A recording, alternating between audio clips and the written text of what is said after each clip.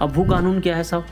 क्यों हम भू कानून की बात करते हैं? आज बच्चा बच्चा कह रहा है कि हमें चाहिए भू कानून। उत्तराखंड में लंबे समय से सख्त भू कानून की मांग की जा रही है। अगर त्रिवेंद्र सिंह जी की सरकार ने पाप किया था तो आदरणीय धाकड़ धामी जी ने महापाप कर डाला। इस महापाप के खिलाफ कांग्रेस कभी मुखरता से बोलती हुई नजर क्यों नहीं आई? महाराष्ट्र में भी आप किसान की जमीन आसानी से नहीं खरीद सकते, उत्तर प्रदेश में आप आसानी से कृषक की जमीन नहीं खरीद सकते, और कश्मीर से लेकर के नॉर्थ ईस्ट तक के तो आप खरीद ही नहीं सकते थे। हम वो दुर्भाग्यशाली राज्य हैं जिस राज्य में किसान की कृषि भूमि को अफगानिस्तान की कोई कंपनी आकर के भी खरीद सकती है। Divya Yog Mandir trust Haridwar, Patanjali Ayurved limited, Durga Girdhari memorial charitable trust, Venco research and building farm private limited, Patanjali Gramodyog, Patanjali research foundation, Kashi Vishwanath steels private limited, और ये एक लंबी सूची है।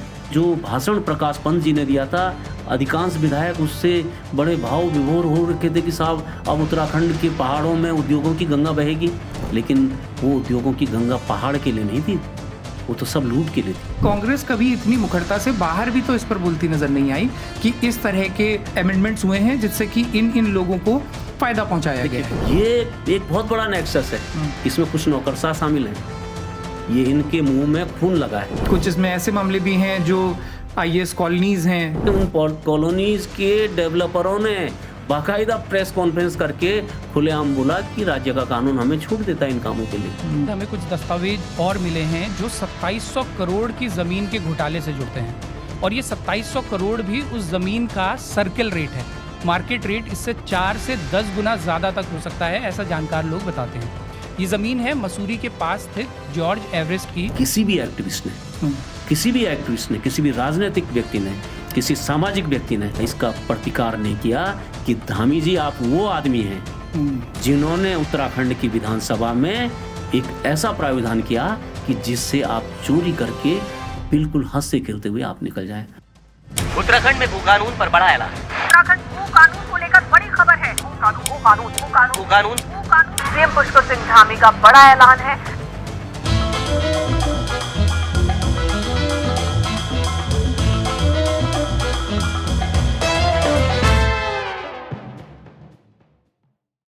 नमस्कार, बारामासा में आप लोगों का स्वागत है।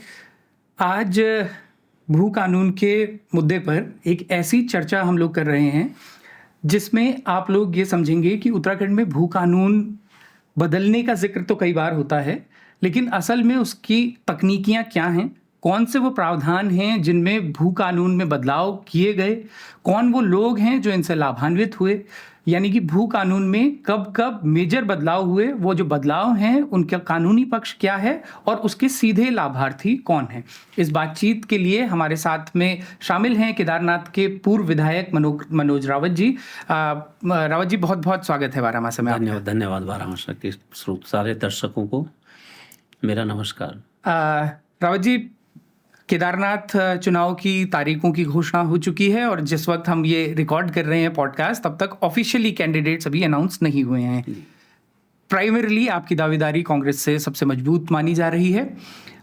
तो ये संदर्भ मैं इसलिए बता दूं क्योंकि भू कानून पर हम जो चर्चा कर रहे हैं, आपका एक पॉलिटिकल बैकग्राउंड है, आप एक पर्टिकुलर पार्टी से आते हैं, तो ऑडियंस उस पिंच ऑफ सॉल्ट के साथ में इन सारी चीज़ों को भी लेगी कि आप एक पार्टी के प्रतिनिधि के तौर पर भी ये बात कर रहे हैं। लेकिन ये ज़रूर है कि जिस वक्त मेजर अमेंडमेंट्स भू कानून में हुए, उस वक्त सदन में, उत्तराखंड विधानसभा में एकमात्र विधायक आप थे जिन्होंने मुखरता से इसके खिलाफ बोला था। तो सबसे पहले शुरुआत एक बार वहीं से करते हैं कि अक्टूबर 2018 की वो घटना है। त्रिवेंद्र सिंह रावत उस वक्त मुख्यमंत्री हुआ करते थे उत्तराखंड के। क्या बदलाव थे, आपको उन बदलावों की जानकारी कितनी देर पहले मिली थी सदन में, और क्या प्राइमरी इश्यूज थे जिन पर आपके ऑब्जेक्शंस थे? देखिए, मुझे आज अच्छी तरह से याद है कि जिस दिन इस विधेयक पर सदन में चर्चा होनी थी, तो हर दिन सदन की कॉज लिस्ट आती है कि आज क्या क्या होना है। तो मैंने जब वो सूची देखी, वो लिस्ट देखा, तो उस लिस्ट में जमींदारी विनाश विधेयक के बदलाव पर उस पर चर्चा थी। होता क्या है कि जो स्वस्थ परंपरा है, संसदीय परंपरा है कि जो भी बिल सदन में आता है, जो भी विधेयक सदन में आता है, उसको कुछ दिन पहले विधायकों को सर्कुलेट किया जाना चाहिए। देखिए, विधायकों से आप सर्व ज्ञाता होने की आशा नहीं कर सकते हैं, क्योंकि अगर उत्तराखंड की बात ही करें कि तो लगभग 56 के करीब हमारे विभाग हैं और हर विभाग में हज़ारों तरह के मामले होते हैं। तो ये किसी भी विधायक से ये आशा नहीं की जा सकती है कि उसको हर विभाग के हर विषय की जानकारी हो। लेकिन उत्तराखंड में तो सदन ही 3 या 4 दिन का होता है, वो भी जो हमारा बजट सत्र होता है वो 5 या 6 दिन चलता है, वरना 2-3 दिन में सदन पूरा होता है। तो उत्तराखंड में ये परंपरा नहीं है। लेकिन मुझे याद है कि उसके पहले शाम को जब ये विधेयक सर्कुलेट होना था, उस दिन सदन में एक रणनीति की तरह, देखिए सदन एक गेम है सत्ता पक्ष और विपक्ष का। सत्ता पक्ष को जब अपने कुछ काम कराने होते हैं तो वो उससे पहले दिन बवाल करा था, तो वो बवाल हुआ जिससे विधेयक नहीं मिल पाया।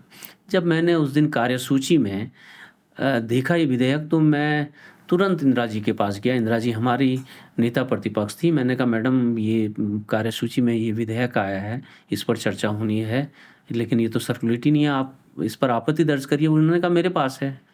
अच्छा, उनके पास था? हाँ, उनके पास था, उनको दिया गया होगा। देखिए, वो नेता प्रतिपक्ष हैं तो उनको अलग से भी आता है कि मेरे पास है। तो मैंने उनसे लिया। मैंने जब पढ़ा कि 143 और 154 में व्यापक परिवर्तन हो रहे हैं और थोड़ी मुझे जानकारी थी, मैं बाहर जा कर के मैंने तुरंत उस पर तैयारी करी और मैंने आकर के उस पर अपनी जो भी आपत्तियाँ थी, देखिए उस पर बहुत चर्चा हुई।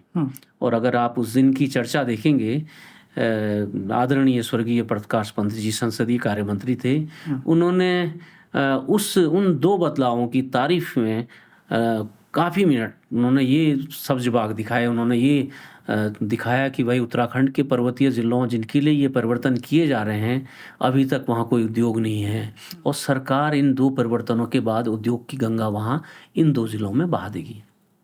और ये जो विधेयक के 143 और 154 के प्रावधानों में जो परिवर्तन था, सबसे पहले जो ये विधेयक जब जिस दिन आया था अक्टूबर 18 में, उस समय पर्वतीय ज़िलों के लिए था या देहरादून के पर्वतीय विकास खंडों के लिए। देखिए, पर्वतीय क्षेत्र की भी परिभाषा, पूरी डेफिनेशन उत्तराखंड में पूरे ढंग से बताई गई है। या तो पर्वतीय ज़िले हैं या फिर देहरादून का और नैनीताल का कौन कौन ब्लॉक इसमें आता है। तो उसके बाद हरिद्वार छूट गया था और बाद में यही जो 143 और 154 के संशोधन पर्वतीय जिलों के लिए किए थे, बाद में मैदान के लिए भी एक ऑर्डिनेंस के द्वारा मैदान के लिए भी ये प्रोविजन कर दिए गए। तो अब आप कहेंगे कि साहब क्या परिवर्तन किए गए थे। देखिए, इसको हम बहुत कॉम्प्लिकेटेड नहीं बनाएंगे, क्योंकि मैं देख रहा हूँ कि आज बच्चा कह रहा है कि हमें चाहिए भू कानून। अब भू कानून क्या है साहब, क्यों हम भू कानून की बात करते हैं। देखिए, बहुत ज़्यादा इसको हम तकनीकी ना बनाएं। देखिए, कोई भी राज्य होता है इस देश में स्वच्छ परंपरा। देखिए, पहले राजा रजवाड़े होते थे, जमीन राजा रजवाड़ों और सामंतों की होती थी। हमारे यहाँ भी जो सिस्टम था, ज़्यादातर ज़मीनें कुछ परिवारों के नाम पर थी आज़ादी से पहले। लेकिन आज़ादी के समय पर जो सबसे बड़ा जो सामाजिक सोशल रिफॉर्म हुआ, और उसमें हमको बहुत खुशी है कि हमारे प्रदेश के जो मूल निवासी गोविंद बल्लभ पंत जी ने इसकी शुरुआत करी थी। कि साहब, गोविंद बल्लभ पंत जी ने कैसे भूमि सुधार करेंगे। भूमि सुधार के लिए सबसे बड़ी बात ये थी कि भूमिहीन को जमीन देना, खेती जो किसान खेती जहाँ पर जमीन को जोतता था उसको जमीन देना, जमीन एक सीमा से अधिक जमीन किसी के पास ना हो, अगर सरप्लस लैंड हो तो वो भूमिहीनों को बांटना, ये गोविंद बल्लभ पंत जी की शुरुआत थी। और उसी शुरुआत को करते करते जो उत्तर प्रदेश में जो कानून बना, उत्तर प्रदेश जमींदारी विनाश और भू प्रबंधन जो भी एक्ट है, UPZALR एक्ट बना। अब उसमें देखिए, सबसे बड़ी बात यह है कि किसान क्या है, किसान खेती कभी भी लाभप्रद सौदा नहीं रहा है। कभी भी खेती से लाभ नहीं हुआ है। खेती करने वाला गरीब आदमी होता है, खेती करने वाले के पास समस्या होती है, किसान के पास समस्या होती है। तो उस एक्ट में ये प्रावधान रखे गए थे कि किसान कठिन से कठिन परिस्थितियों में भी बहुत परेशानी में अपनी कृषि भूमि को न बेच सके। अब किसानों की भी श्रेणियां हैं, सामान्य वर्ग का भी किसान हो सकता है, अनुसूचित जनजाति का भी किसान हो सकता है, अनुसूचित जाति का भी किसान होता है। देखिए, अनुसूचित जाति के लिए भी कुछ शर्तें रखी गई कि भाई माना अनुसूचित जाति का कोई व्यक्ति किसी कारणवश परेशानीवश बहुत ही परेशानी आने पर अगर अपनी ज़मीन बेचे तो उसमें कलेक्टर के यहाँ, डिप्टी कलेक्टर के यहाँ वो परमिशन लेगा, तब जा करके ज़मीन बेचेगा। मतलब उसको कारण दिखाना पड़ेगा। और अनुसूचित जनजाति के लिए तो बिल्कुल इसमें, इस एक्ट में जो 1950 का हमारा जमींदारी विनाश अधिनियम था, उसमें कोई प्राविधान नहीं था कि अनुसूचित जनजाति का व्यक्ति अनुसूचित जनजाति के अलावा कोई भी ज़मीन नहीं बेच सकता है। देखिए, ये हमारे राजनेताओं की सोच थी। ये इंश्योर किया गया कि डोमिनेंस जिनका है सोसाइटी में वो कहीं अपने डोमिनेंस के कारण उन लोगों की ज़मीन ना खरीदें। देखिए, डोमिनेंस भी, क्योंकि बड़े लोगों से ज़मीन को छीन करके कानूनन छीनी गई ना, वो कोई ऐसा नहीं कि किसी से। तो उस समय जो मैक्सिमम पोजीशन की लिमिट रखी गई, ये हुआ कि साहब जमींदारों के पास तो हजारों एकड़ जमीन थी। आप बगल के देश पाकिस्तान में देखेंगे, पाकिस्तान में आज भी जमींदारों के पास हजारों एकड़ जमीन है। लेकिन हमारे देश में और हमारे प्रदेश में, उत्तर प्रदेश में उस समय जो मैक्सिमम जमीन रखने की सीमा रखी, मैक्सिमम पोजीशन लिमिट रखी गई, वो 12.5 एकड़ रखी गई। और वही 12.5 एकड़ यूपीजेडएलआर में आज भी 12.5 एकड़ का ही अब मेंशन्ड है। और उसी यूपीजेडएलआर को जब उत्तराखंड बना तो एज इट इज अडॉप्ट कर लिया गया, उस कानून को यहाँ पर अडॉप्ट किया गया जी। अब रावत जी, मैं दो जिन धाराओं का बार बार जिक्र आता है, 143 और 154 यूपीजेडएलआर, इन दोनों को संक्षेप में हम अपनी ऑडियंस को बताएं कि 143 मोटा मोटा क्या कहती है, 154 मोटा मोटा क्या कहती है। देखिए, 143 जो धारा 143 है, भूमि का उपयोग परिवर्तन करने से संबंधित धारा है। मतलब लैंड यूज चेंज करने। देखिए, किसी भी किसान के पास जो भूमि होती है वो तो कृषि भूमि है। अब वो कृषि भूमि वो किसी को बेचे, उस भूमि पर या किसान अपना आवास बनाए, तो आवास बनाने के लिए उसको रेजिडेंशियल करना पड़ेगा। अगर वो उद्योग के लिए करता तो उसको कॉमर्शियल करना पड़ेगा। ऐसे कई कैटेगरी हैं। मतलब भूमि का उपयोग करने से संबंधित धारा क्या है, 143 है। और 154 जो धारा है, उसमें आप कितनी जमीन किस प्रयोग के लिए रखते हैं। जैसे 154 में कोई भी किसान, कोई भी कंपनी 154 में 12.5 एकड़ से ज्यादा जमीन नहीं रख सकती है। 154 की एक धारा के अंतर्गत फिर जो आप अगर उत्तराखंड की बात करें, जब उत्तराखंड में ये बात आई कि साहब बाहर के लोग बहुत जमीन ले रहे हैं, तो तिवारी जी ने एक कमेटी बनाई। तिवारी जी ने तो पहले कहा ले ही नहीं सकते हैं बाहर के लोग, फिर बहुगुणा कमेटी बनी। तो बहुगुणा कमेटी ने जो कहा कि साहब आवासीय प्रयोग के लिए जो भी देश का कोई भी व्यक्ति यहाँ पर एक परिवार 500 स्क्वायर मीटर से अधिक जमीन नहीं ले सकता, तो वो भी 154 की धारा में रखा गया, क्योंकि पोजीशन लिमिट से संबंधित धारा क्या है, 154 है। तो 500 मीटर 500 जी का था, और फिर जब खंडूरी जी की सरकार आई 250 की, तो उन्होंने और उसको टाइट किया 250। आप, मेरा ये कहना है कि धारा जो 154 है, पोजीशन लिमिट, मतलब किन किन प्रयोगों के लिए कितनी भूमि कौन कौन रख सकता है, उससे संबंधित धारा है। ठीक है, ये तो हो गई इन दोनों धाराओं की बात। अब बात करते हैं कि इन धाराओं में ऐसा क्या बदलाव किया गया जिनकी वजह से सीधा सीधा ये कहा गया, या जिनकी वजह से आपने 2018 में आपत्ति जताई कि ये खेल सीधा सीधा कुछ बड़े उद्योगपतियों को या कुछ सेलेक्टेड लोगों को फायदा पहुंचाने के लिए अमेंडमेंट्स किए जा रहे हैं। ऐसा क्या बदलाव था? देखिए, जो पंत जी का भाषण था, पंत जी ने जो सब्ज बाग दिखाए थे, साहब इंडस्ट्रीज लगेगी, तो मैंने, अगर मेरी उस दिन की प्रोसीडिंग की कॉपी आपको मिले, तो मैंने उनको बताया था कि जनाब आप किन उद्योगों की बात कर रहे हैं। आप अगर पर्वतीय क्षेत्र में इससे पहले भी औद्योगिक अवस्थापना के लिए कुछ क्षेत्र बनाए गए थे, और उन जगहों पर जिन लोगों ने उद्योग लगाने के लिए प्लॉट लिए थे, जैसे चमोली में सिमली, रुद्रप्रयाग में भटारी सैण, मैं 2 का जिक्र कर रहा हूँ। और एक ताजुब की बात थी, उस सरकार में जो एक बहुत महत्वपूर्ण दर्जाधारी पद पर बैठे हुए व्यक्ति थे, उन व्यक्ति ने, और मैं उस पद का नाम नहीं बताऊंगा, उन व्यक्ति को जो 2 प्लॉट दिए गए थे, उन सज्जन ने उन प्लॉट पर ही उद्योग नहीं लगाए थे। तो मैंने उदाहरण दे करके कहा कि पहले जो आपकी औद्योगिक अवस्थापनाएं वहां पर विकसित की हैं, उन पर तो आप उद्योग लगा देते। नहीं, आपने सदन में नाम लिए थे, तो आप यहाँ भी नाम ले सकते। नहीं, देखिए, कुछ नैतिक मर्यादाएं होती हैं, नाम लेना किसी को, देखिए किसी का किस कारण से उन्होंने नहीं किया गया। और देखिए, कभी भी राजनीति में या स्वच्छ राजनीति है कि नाम न लें, हम जनता को हम किसी को बदनाम न करें, ये अच्छी राजनीति है। लेकिन हम जनता के सामने इशू रखें कि जो और चमोली और रुद्रप्रयाग के लोग जो मेरी आवाज़ आज सुन रहे हों, तो वो जानते हैं कि भटवारी सैण औद्योगिक अवस्थापना में कितने प्लॉट उद्योगों के लिए बने थे, आज भी कितने खाली हैं और कितने लगे हैं। देखिए, जब उस समय ही उद्योग नहीं लगे थे तो मुझे पूरा अंदेशा था कि ये किसी और कारण से, ये जो परिवर्तन किए जा रहे हैं वो किसी और कारण से किए जा रहे हैं। तो मैंने इसलिए विरोध किया कि नहीं साहब, आपने जब उद्योग वहाँ नहीं लगाए तो आप सिर्फ पर्वतीय क्षेत्र के लिए अगर ये परिवर्तन कर रहे हैं तो आपके इसके पीछे बहुत बड़ा कोई न कोई षड्यंत्र है जो आज सिद्ध हो रहा है। आज जब 18 से लेकर के 24 आ गया और जब हमने कुछ आंकड़े मंगाए, कई साधनों से हमने कोशिश करी और उसका सिर्फ 40% है ये, तो जो सैंपल टेस्टिंग है वो आश्चर्यजनक है, वो भयावह है।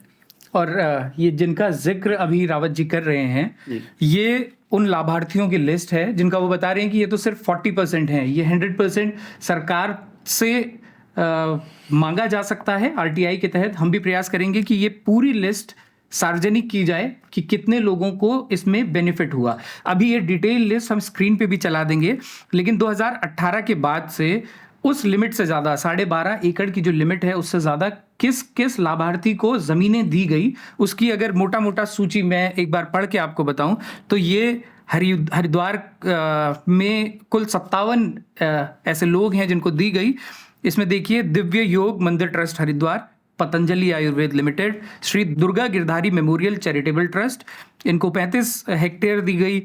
वेंको research and building farm private limited, इनको 14 हेक्टेयर दी गई। पतंजलि ग्रामोद्योग को 29 हेक्टेयर दी गई। पतंजलि रिसर्च फाउंडेशन को 21 हेक्टेयर दी गई। Kashi Vishwanath steels private limited को 20 हेक्टेयर दी गई। और ये एक लंबी सूची है, इसको हम स्क्रीन पर डिटेल में चला देंगे कि कौन कौन इसके लाभार्थी बने, और सरकार को भी ये सूचना सार्वजनिक करनी चाहिए कि कौन कौन इसके लाभार्थी बने। लेकिन इसमें खेल अभी यहीं खत्म नहीं हुआ। खेल जो चल रहा था 2018 का अमेंडमेंट तो उसकी शुरुआत भर थी। 2018 के बाद 24 तक कुल कितनी बार इसमें अमेंडमेंट किए गए, और उनमें सबसे मेजर जिन पर सीधा संदेह होता है वो कौन से अमेंडमेंट्स थे? देखिए, ये बड़ी ताजुब की बात है कि अगर हम 18 तक की का समय देखें तो जो राज्य बनने से लेकर के 18 तक के UPZLR एक्ट जो है, मैं इसको प्रोनाउंस करने में मुझे बहुत कठिनाई होती है। Uttar Pradesh zamindari abolition and land reforms act बहुत लंबा है। और तो लेकिन इस एक्ट में मुझे नहीं लगता है कि 6 या 7 भी अमेंडमेंट हुए होंगे, लेकिन 18 से लेकर के 24 तक के जहाँ तक मेरी जानकारी है, अभी तो जो मेरे पास आपके सामने पड़े हुए हैं 9 अमेंडमेंट तो आपके सामने पड़े जो मैंने खोज निकाले हैं, और मेरी जानकारी ये है कि 11 के करीब है। इसमें कुछ ऑर्डिनेंस के जरिए भी इन्होंने, क्योंकि अमेंडमेंट जब किया, जैसे ये वाला जो 143 और 154 के जो सुधार हैं वो जब राज्य के और जिलों में इन्होंने लागू करने के लिए शायद ऑर्डिनेंस लाए थे, है ना। तो ऐसे 11 अमेंडमेंट किए, और मैं ये कहते हुए मुझे बड़ी शर्मिंदगी होती है कि उत्तराखंड अब देश का एकमात्र पर्वतीय राज्य नहीं। अभी बात हो रही थी महाराष्ट्र में भी आप किसान की ज़मीन आसानी से नहीं खरीद सकते। उत्तर प्रदेश में आप आसानी से कृषक की ज़मीन नहीं खरीद सकते हैं, और कश्मीर से लेकर के नॉर्थ ईस्ट तक के तो आप खरीद ही नहीं सकते थे। हमारे बगल का राज्य जो है हिमाचल, उसने 118 हिमाचल टीनेंसी एक्ट में ये प्रोविज़न करा था कि आप कृषि भूमि नहीं खरीद सकते थे। हम वो दुर्भाग्यशाली राज्य हैं जिस राज्य में किसान की कृषि भूमि को अफगानिस्तान की कोई कंपनी आकर के भी खरीद सकती है। और ये जो प्रोविज़न बदला गया 2018 के बाद, 2018 के अमेंडमेंट में कम से कम एक चेक तो था कि उसमें भले ही छूट दी गई कि 12.5 एकड़ से ज़्यादा भी कमर्शियल, जिसको सरकार ने तर्क दिया कि इंडस्ट्रियलाइजेशन बढ़ाना है, उद्योग लगने हैं पहाड़ में, इसलिए हम ये छूट दे रहे हैं लोगों को। लेकिन एक चेक था कि जिस उद्देश्य से ज़मीन खरीदी जा रही है, यदि सीमित समय के अंदर उस उद्देश्य को पूरा नहीं किया जाता तो सरकार के पास राइट होगा कि उसे ज़मीन वापस सरकार में निहित हो जाएगी। कुछ साल बाद इस प्रोविजन को कैसे वेव ऑफ कर दिया गया? देखिए, पहले तो औद्योगिक, देखिए खेल कहाँ पर हुआ जी। उस दिन भी जो मैंने एक्ट पढ़ा, देखिए उद्योग की डेफिनेशन में उद्योग तो पहले से थे, लेकिन आपको याद होगा कि पर्यटन को भी उद्योग घोषित किया गया। देखिए, ये बहुत अजीब सी बात है कि जब किसी को लाभ देना होता है इनको, आज भी हमारे युवक को अगर होटल खोलना हो तो उसको नाक रगड़नी पड़ती है, एड़ियाँ रगड़ देते हैं। आज आप ऊखीमठ तहसील में अगर 143 मतलब भू उपयोग परिवर्तन के मामलों को देखेंगे तो दर्जनों मामले होंगे जिनमें नाक और एड़ियां रगड़ जाती हैं बेरोजगार की 143 कराने में। लेकिन जब अधिकारियों को काम करना होता तो पहले औद्योगिक प्रयोजन से सीख लीजिए। पर्यटन को उद्योग में शामिल करने का सीधा उद्देश्य था कि बड़े बड़े रिजॉर्ट्स जो 12.5 एकड़ से ज्यादा में फैले हों उनको जमीनें तो देखिए पहले उद्योग इंडस्ट्री भी आ ही रहा था, होटल भी आ ही रहा था, लेकिन इस अमेंडमेंट में जो अक्टूबर 18 में लाए इसमें एजुकेशन को भी दे दिया, इसमें हॉस्पिटल भी दे दिया, एजुकेशन हॉस्पिटल और तीसरा एक और पर्पज है उसमें, 3 और पर्पजों को दे दिया। तो इसके बाद तो बची क्या गया आपके पास? इसके अलावा पहाड़ में जमीन कौन क्यों खरीदेगा? मेरे गांव में मैं अपनी जमीन बेचना चाहूंगा, आज कोई खरीदार नहीं हुआ क्योंकि वहां कुछ भी नहीं हो सकता है। लेकिन जो महत्वपूर्ण जगह थी 5 ऐसे सेक्टर बना दिए गए और फिर बाद के जो अमेंडमेंट किए गए, वो किसान की खेती में आप 30 साल की लीज के लिए अमेंडमेंट किए गए। तो अगर आप जमीन नहीं खरीद पा रहे हैं उस उद्योग के नाम पर, आप उसकी जमीन लीज पे ले लीजिए 30 साल के लिए। आप 30 साल में तो 2 पीढ़ियां निकल जाती हैं, कौन लीज को उसके बाद किसको याद की क्या लीज होगा? मतलब बड़े आदमियों को हर सहूलियत दे दी गई कि उत्तराखंड की ज़मीन को आप किसी भी तरह से खरीदें। अब आप जो जिक्र कर रहे हैं उस समय देखिए त्रिवेंद्र सिंह जी की सरकार में जब इस चीज को लाया गया 143 में प्रयोजन किया गया और 154 में परिवर्तन किया गया, उन्होंने एक चेक लगाया था, एक बाधा उत्पन्न करी थी कि आप अगर कलेक्टर या राज्य सरकार आपको किसी औद्योगिक प्रयोजन के लिए भूमि देती है, अगर आपने, क्योंकि वो जो आपको जब अनुमति मिलेगी तो उस अनुमति के समय साफ साफ लिखा रहेगा कि इस प्रयोजन के लिए आपको इतने साल में ये प्रयोजन पूरा करना है जी। अगर आपको इंडस्ट्री लगानी है तो 2 साल में आप लोगों को लगानी पड़ेगी, आपको यूनिवर्सिटी खोलनी है तो 2 साल में लगानी पड़ेगी, आपको हॉस्पिटल बनाना है तो 2 साल में बनाना पड़ेगा। यदि आपने 2 साल के अंदर आपने वो काम नहीं किया तो वो आपकी जमीन सरकार में निहित हो सकती है। देखिए आज तक ये क्लॉज था, हालांकि धरातल पर नहीं उतरा, मतलब पहले भी था लेकिन आज तक तो मैंने नहीं सुना कि किसी की जमीन सरकार में मर्ज हुई हो राज्य बनने से लेकर के आज तक। देखिए राज्य बनने से पहले भी ये परमिशनें मिलती थी, लेकिन इन परमिशनों को पाना बहुत कठिन काम था। लेकिन अब क्योंकि इजी मनी बनाना है, सत्ताधीशों को भी इजी मनी चाहिए था और इन लोगों को भी इजी मनी बनाना था, तो इन्होंने कानून में ही परिवर्तन करे। अब क्या हुआ साहब कि 22 वालों ने, देखिए अगर त्रिवेंद्र सिंह जी की सरकार ने पाप किया था तो आदरणीय धाकड़ धामी जी ने महापाप कर डाला। अब आप कहेंगे साहब महापाप क्या किया? धामी जी ने जो धारा 143 को त्रिवेंद्र सिंह जी ने जोड़ी थी, उसका एक परंतुक जोड़ा था कि अगर आप प्रयोग नहीं करेंगे तो आपकी जमीन सरकार में निहित हो जाएगी, सरकार की जमीन बनेगी। धामी साहब ने 22 में अमेंडमेंट करके 143 को ही हटा दिया। अब आपके पास खुला रास्ता है, आप कहें कि साहब मैं उद्योग लगा रहा हूँ, मैं हॉस्पिटल खोल रहा हूँ, मैं पहाड़ में या मैदानी क्षेत्र हरिद्वार के जिलों में या उधम सिंह नगर में 500 बीघा जमीन लूंगा, मैं 500 बीघा जमीन लूंगा, मैं 2 साल बाद हॉस्पिटल नहीं लगा पाऊंगा, सरकार मेरा कुछ भी नहीं कर सकती कानून के अंतर्गत से। मतलब आप चोरी करिए, आप डाका डालिए और डाका डाल करके आप हंसते खेलते हुए निकल जाइए। तो ये प्रोविजन आदरणीय पुष्कर सिंह धामी जी ने करा। तो इसका असर कितना है, देखिए इसके असर का आकलन आप नहीं कर सकते हैं। जो आजकल धामी साहब कह रहे हैं कि साहब हम जमीनें निहित कर देंगे, मुझे सबसे अफसोस तो इस बात का लगा, देखिए सबसे अफसोस मुझे इस बात का लगा, पिछले 6 साल से आंदोलन चल रहे हैं और 2 साल से मैं देख रहा हूं कि बच्चा कह रहा है कि हमें चाहिए भू कानून, और धामी जी ने बड़े हंसते हुए पिछले हफ्ते मेरे अगस्त्यमुनि में भी भाषण दिया कि हम सरकार में निहित कर लेंगे जमीन।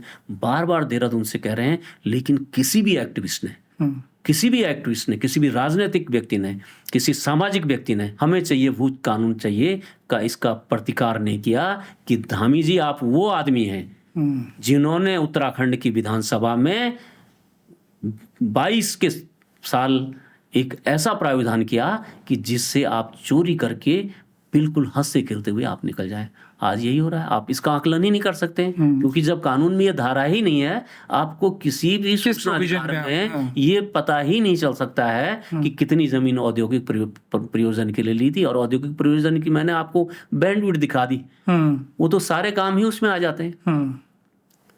तो आपके पास देखिए, ये कानून आज के दिन में, इस कानून का कोई मतलब ही नहीं है। इसको तो यही कहेंगे कि दांत और नाखून के बिना कोई शेर है तो वो क्या कर लेगा, वो शेर। तो ये कानून आज किसी भी काम का नहीं है। मेरा तो ये कहना है कि इस कानून को अगर रद्दी मान लिया जाए तो इस शब्द को मुझे प्रयोग करने में कोई गुरेज नहीं है। और ये वो एक्ट है, ये वो बिल है जिसका जिक्र अभी रावत जी कर रहे हैं। 2022 में ये इंट्रोड्यूस किया गया और इसमें जो ये संशोधन लाया गया, ये स्क्रीन पे हम लोग अभी चला देंगे कि धारा 143 का और 143 का यानी 143A और 143B का लोप किया जाता है। अब इसका सीधा सीधा मतलब ये हुआ कि पहले तो 2018 की अमेंडमेंट में ये छूट दे दी गई कि इंडस्ट्रियल पर्पस के लिए कोई भी आए 12.5 एकड़ से ज़्यादा ज़मीन खरीद ले। और लेकिन उसका जो क्लॉज था कि अगर वो जिस पर्पस के लिए खरीदी गई थी वो पर्पस पूरा नहीं हुआ तो सरकार के पास राइट था कि उसे वापस ले लिया जाए। 2022 के अमेंडमेंट ने वो राइट भी सरकार से छीन लिया। यानी अब अगर कोई आए, कितनी भी ज़मीन खरीदे, और अगर वो उस उद्देश्य से ज़मीन पर वो काम नहीं करता है जिसका प्रपोजल लेके वो आया था कि भाई मैं हॉस्पिटल खोलूँगा पहाड़ में, और वो पूरा नहीं करता है, तो भी वो ज़मीन सरकार वापस लेने का कोई भी राइट सरकार ने इस विधेयक के थ्रू अपना नल डाउन कर दिया।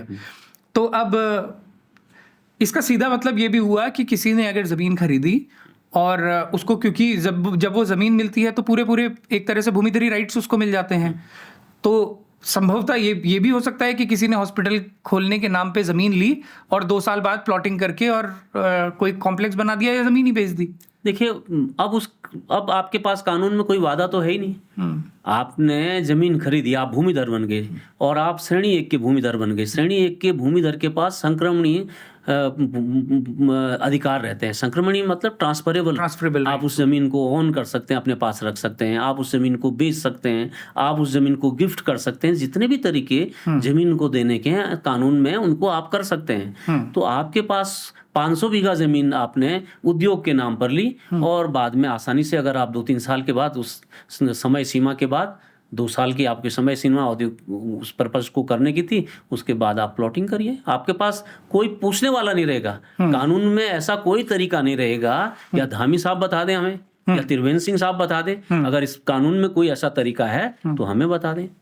तो ये खुली लूट की, देखिए मैंने उस दिन देखिए मुझे बड़ा कष्ट होता है। आज हमारे आदरणीय पंत जी बहुत सौम्य स्वभाव के थे और बहुत ही आदरणीय थे। जब मैंने कठोर शब्दों में मैंने ये कहा कि उन्होंने कहा कि हमको देखिए सबसे बुरी बात जो मुझे उस दिन लगी, उन्होंने कहा कि जनता ने हमको बहुमत इसलिए दिया है कि हम कानूनों में परिवर्तन करें। तो मैंने उस दिन बोला था कि आपको लूट की छूट नहीं दी है जनता ने। जी, मैंने वो मिनट्स पढ़े हैं विधानसभा के, मैं छूट नहीं दी है और ये आज सिद्ध हो रहा है। देखिए कोठियाल साहब, मुझे बहुत खुशी है कि जो मैंने अंदेशा उस दिन किया था, देखिए उस दिन तो हम ब्लैंक थे, और जो भाषण प्रकाश पंत जी ने दिया था, अधिकांश विधायक उससे बड़े भाव विभोर हो रखे थे कि साहब अब उत्तराखंड के पहाड़ों में उद्योगों की गंगा बहेगी।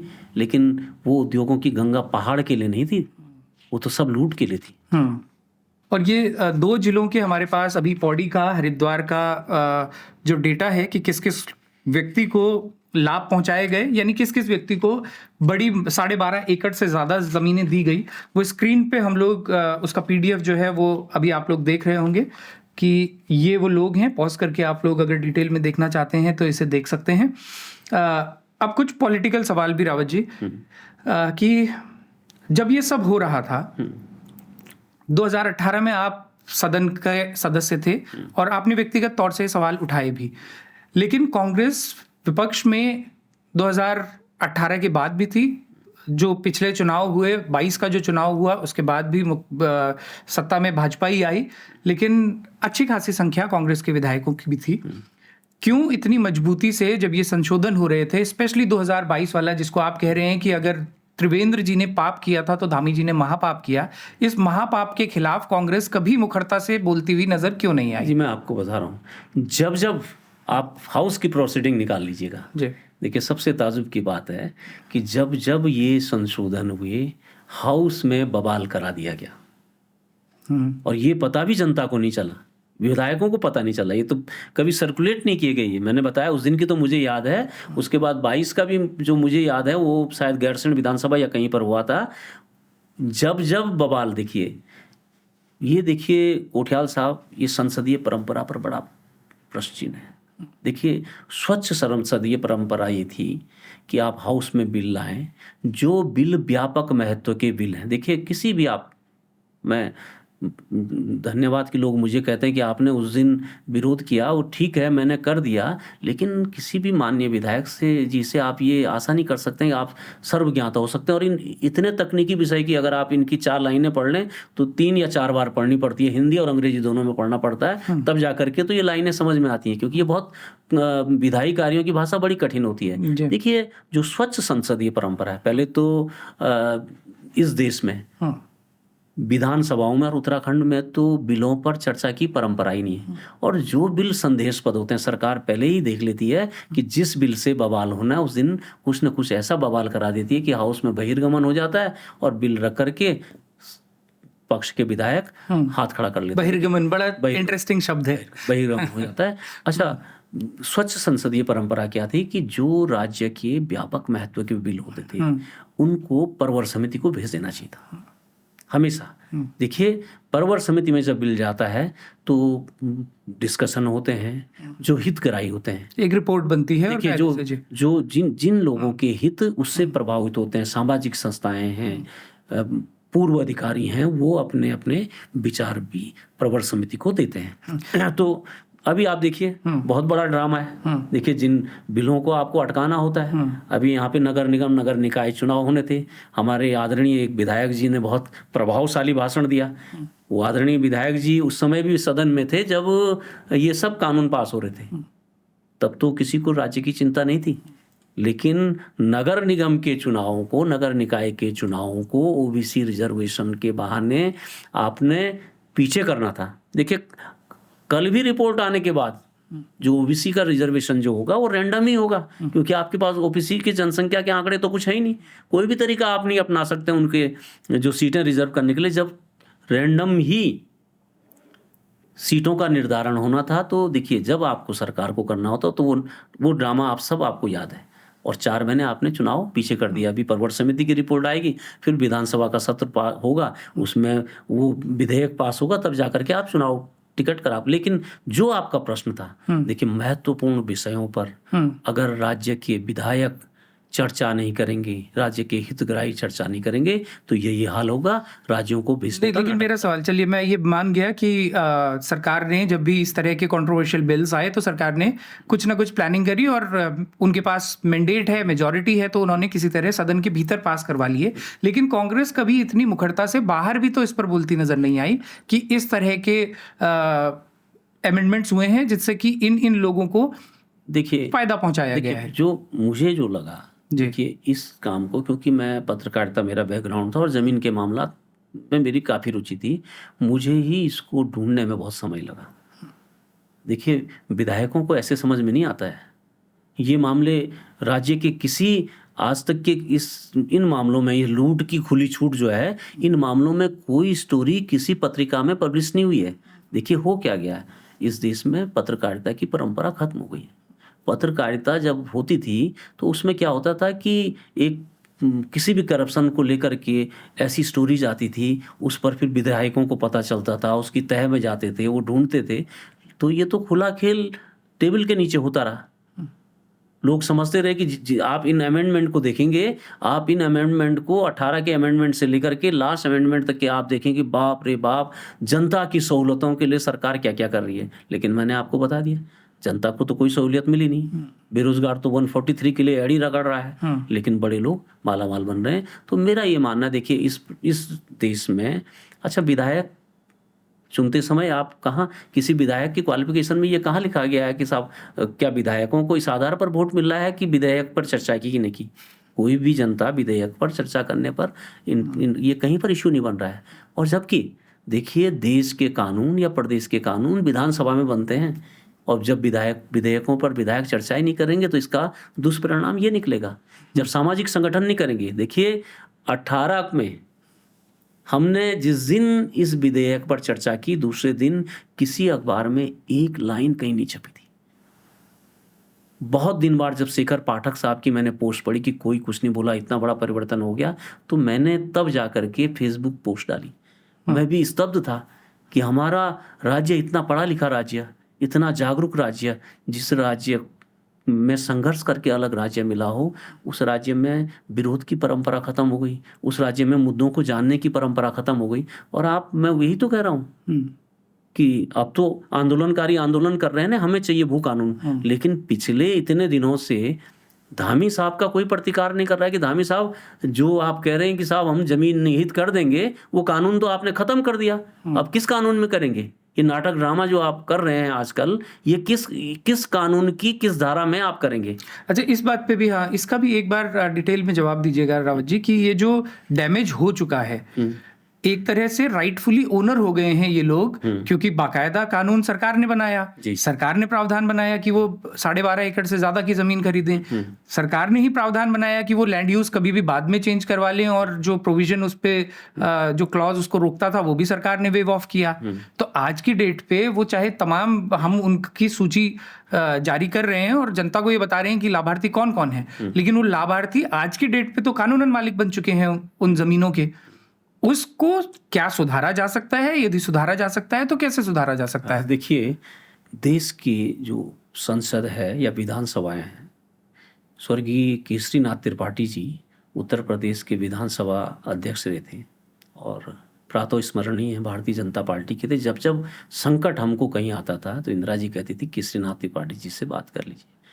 तो एक मामले में केसरीनाथ जी से मैंने बात करी तो केसरीनाथ जी ने कहा कि रावत, विधानसभा को वो शक्तियाँ हैं कि वो सिर्फ आदमी को औरत और औरत को आदमी नहीं बना सकता, बाकी सब कुछ कर सकता। वैसे मेरा ये कहना है कि राज्य में इच्छा शक्ति हो, राज्य इन सभी जमीनों को, और अगर राज्य के अधिकारियों में रीढ़ हो। देखिए, इनमें बहुत कमियां होंगी, जिन नामों को आपने पढ़ा है मैं आज ही बता देता हूं। ये सारी जमीनें जो सबसे बड़े हितग्राही हैं, जिन लोगों के हितों को पूरा करने के लिए इस कानून को लाया गया। देखिए, इस कानून को लाने के पीछे किसी ने दिल्ली से फोन कराया होगा ना। ये वो नाम है जो ये 35 हेक्टेयर से बड़े नाम हैं, ये वो नाम है कि जिनके लिए ये रास्ता खोला गया। ये तो बड़े लोगों के आदमी हैं। अब इसके बाद छोटे लोगों के होंगे, फिर बाबुओं के होंगे, फिर डिस्ट्रिक्ट मजिस्ट्रेट के होंगे, फिर सेक्रेटरी साहब के आदमी होंगे, फिर तो लाइन लगेगी, फिर नेताओं के आदमी होंगे।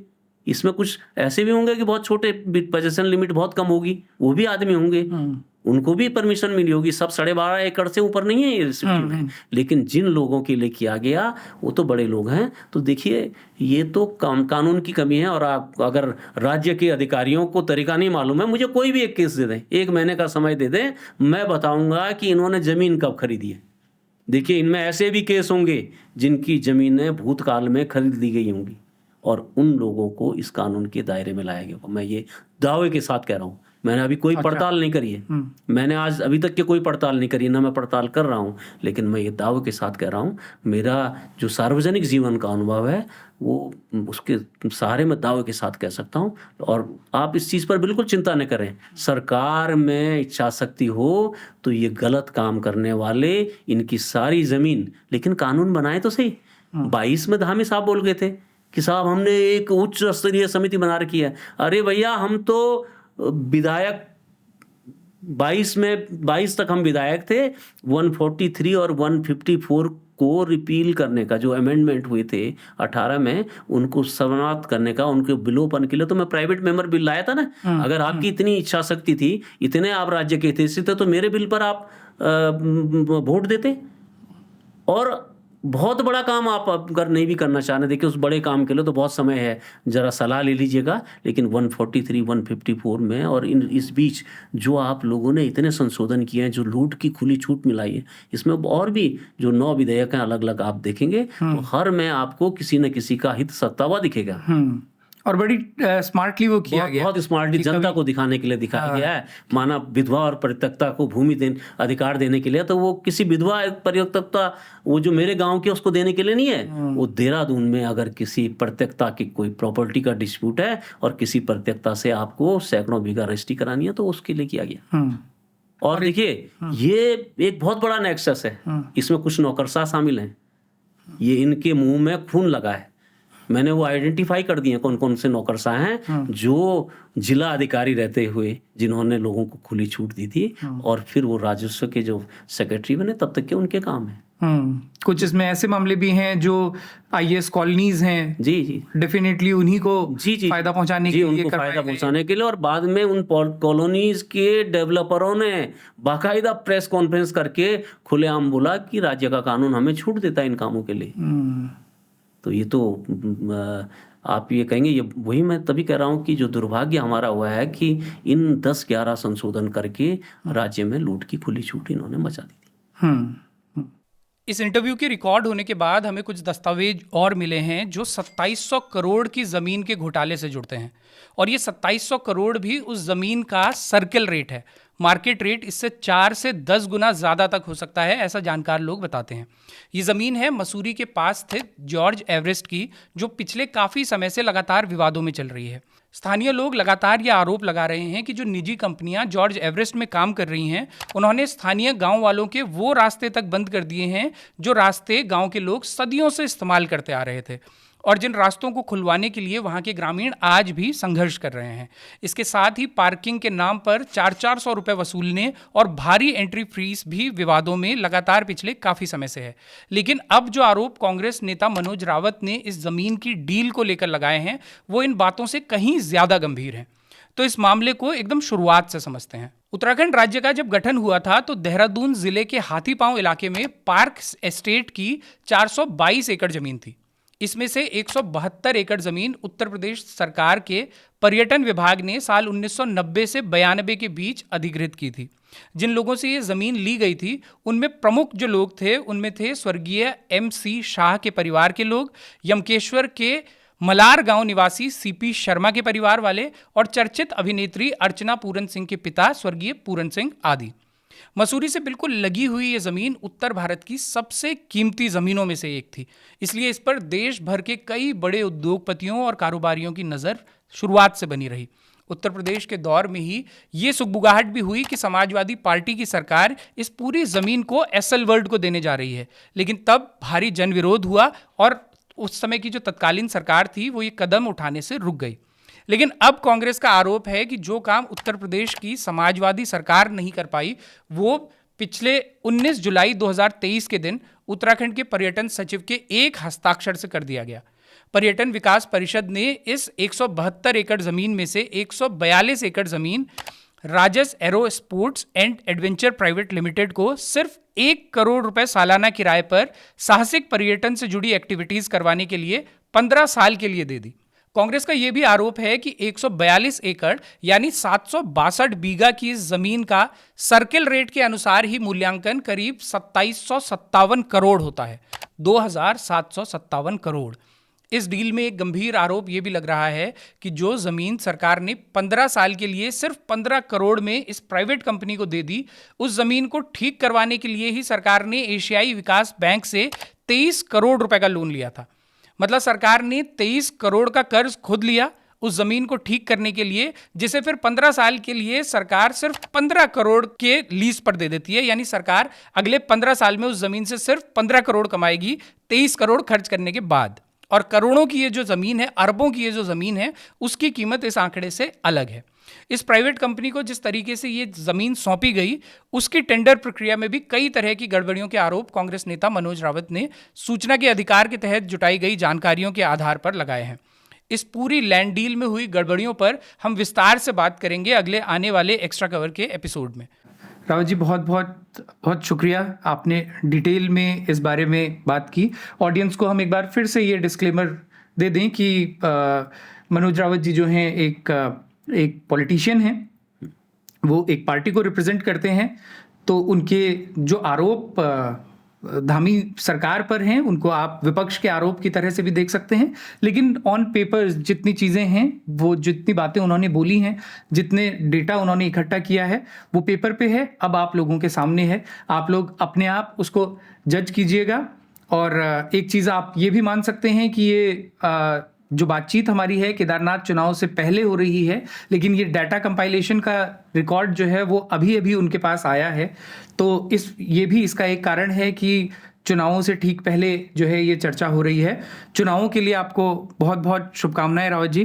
देखिए, हमारी पार्टी को अभी पार्टी जब तक कि मुझे कैंडिडेट घोषित नहीं करती है तो तब तक कि मैं दावेदारी करूंगा या नहीं करूंगा, ये भविष्य की गर्त में है। और ये डिटेल्स आप लोगों ने देखी, आप लोगों ने ये देखा कि कौन लोग हैं जो इसके लाभार्थी हुए। आप लोगों ने ये समझा कि अमेंडमेंट्स कौन सी सरकार में हुए, किन किन प्रावधानों में अमेंडमेंट्स किए गए। इस पूरे इशू पर आपका क्या सोचना है, हम लोगों को कमेंट करके ज़रूर बताइएगा। जुड़े रहिएगा बारामासा।